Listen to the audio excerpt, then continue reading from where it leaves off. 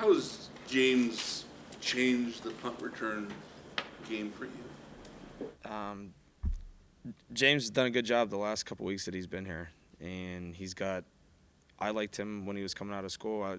I thought he did a good job when he was in Baltimore.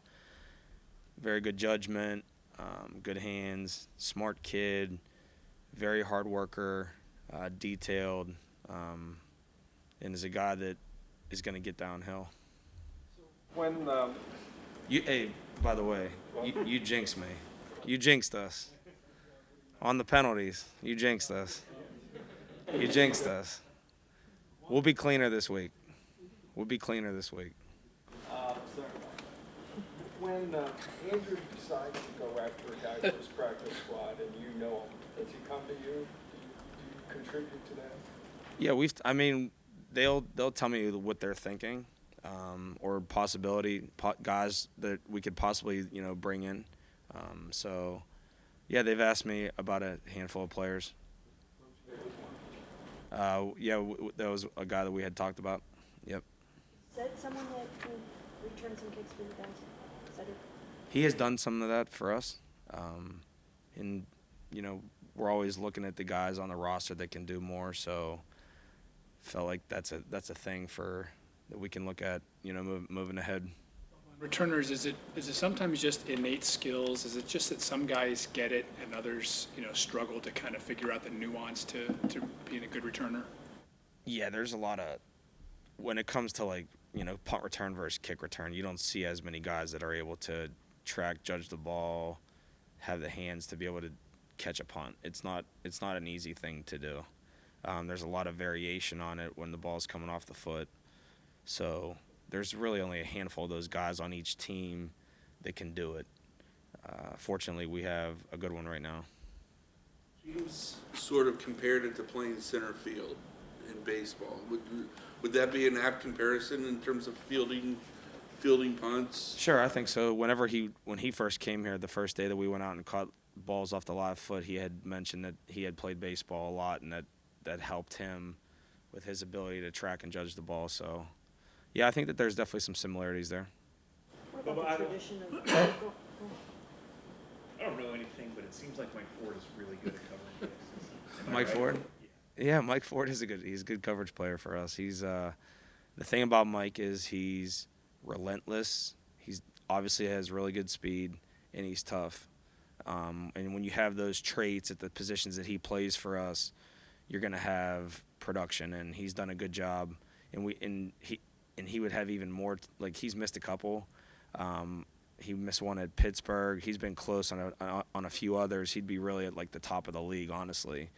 And he's been a disruptive player for us, and excited that we have him. what about the tradition of the Baltimore Ravens special teams and just how good they always are, and what challenges does that present for you this week? Yeah, I mean, since I was a player here, Coach Harbaugh had been the coach, and obviously he has a special teams background, so they take, a lot of pride in their units. They're really at the top of the league, near the top of the league every single year. They put a lot of time and effort into how they practice and how they prepare. I saw that firsthand in a joint practice whenever I was in San Francisco against them. They practice hard. They've spent a lot of time on it each day. I've heard that from a number of players throughout the league, and it shows up consistently. And they've had good specialists over the last however many years. Obviously, they have an elite kicker, one of the best, if not the best ever, to do it. Those penalties you meant. The idea that they have, just the idea that they've been so consistent for so long, whether it was under Jerry Roster or now under Coach Horton. When you look at a special teams unit that is as consistent as Baltimore is, are there commonalities that you point to and you're like, hey, if we want to be one of the elite special teams units in the league, we need to follow this kind of formula that they seem to have done well? Yeah, I think that, the groups that have had consistent success over the last however many years, you look at the foundation of the unit, right? It starts with footwork, the basic fundamentals of blocking, protection, all of those things factor into that. You see teams like Baltimore, New England, you know, I'm hoping that I can take, like, I feel like I've taken on those types of things with my units where you just turn on the film and you're like, oh yeah, I can see it. I can see it in the fundamentals and the footwork and the technique, and just understanding how to really play the game, being able to use your hands, defeat blocks, set up your avoids, things like that. So, you know, those guys have done a really good job in Baltimore since Coach Harbaugh's been there, and yeah, just hoping we can show up on Sunday. And then back to your penalty question. I think you have said in the past that happens when you're out of position. Is that what happened? Yeah, I think we just got to do a better job playing a little bit more, I would say, poised down the field in our technique, and, you know, understanding how to execute a little bit better. A couple young guys had just some mishaps that we're gonna get cleaned up. It was addressed on Monday, so we're gonna get those cleaned up this week. 73-yard net, is that the best you've been part of? Yeah, and I had asked him what his career long was, and I think his career long is 82, for his, like, as far as the gross. No pun intended, Tony. But yeah, no, it was a great play in the game. Flipped the field. Corey's been a weapon for us. We've covered pretty good on that unit as well. So excited that, you know, those guys are stepping up when we need them.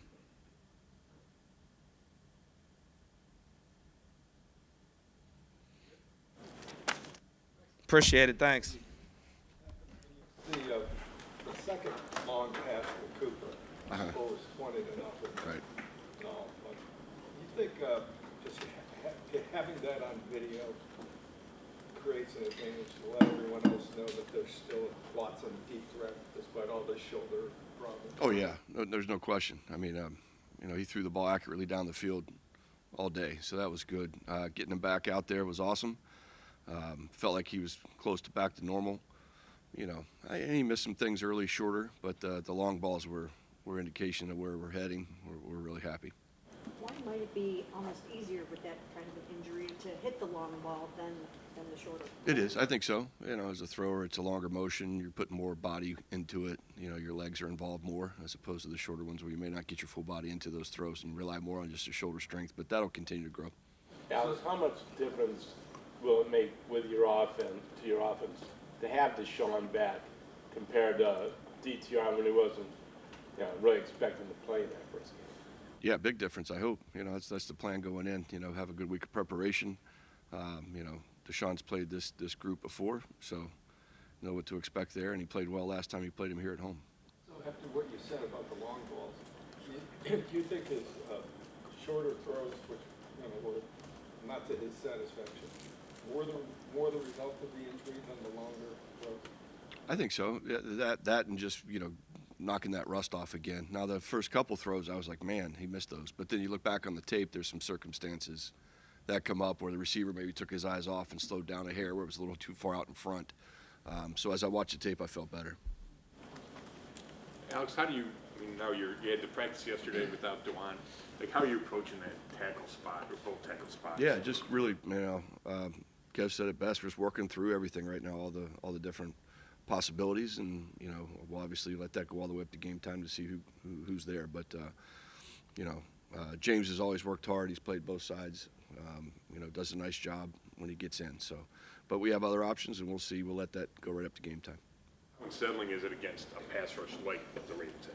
Yeah, I mean, anybody that goes out there, if you had the full healthy Boda lineman out there, it's still a challenge. That's a good defense, and the edge rushers are special. So, yeah, it's always a challenge, and that's part of football. We got to find a way to make it work. Other than the change to quarterback, what do you guys have to do to be better than that first Baltimore game? Oh, man, not turn the ball over. I mean, that's the first and foremost. Really, we had a small victory party on Monday. You know, as we got the team back together, literally, we shot off confetti. Blue air horns, yeah, it was cool. Celebrating no turnovers. So first and foremost, we got to take care of the football. And then in the hostile environment on the road, your operation has to be, you know, elite. We talk about that often. If we could prepare and get ready for the game the same way we did in Seattle, from an operational standpoint, we'll feel good. Then it's just about outworking these guys and trying to finish. It's a very physical, good defense. We know that. It's a AFC North. It's never easy playing our division opponents, and this won't be any difference. Alice, how have you seen the evolution of your running back room just kind of grow over the last few weeks? And I know we've talked, like, obviously as a committee, but the way that they complement one another as a unit. Yeah, no, it's good. You got guys like Kareem. That's just a grinder, man. He's a hard runner who makes good cuts, gets positive yards. Jerome has ability to catch a ball out of the backfield, his ability to make guys miss. It has that speed, the long speed as well. Then you get Pierre into the mix, and he's a true speed guy. Like, he can get to the corner and chew up yards quickly. So it's a good complement of backs, and they do complement each other. Again, it'll be giving them all touches and then finding out who's feeling it that day and maybe giving them a few more. What sets their linebackers apart from other groups around the league?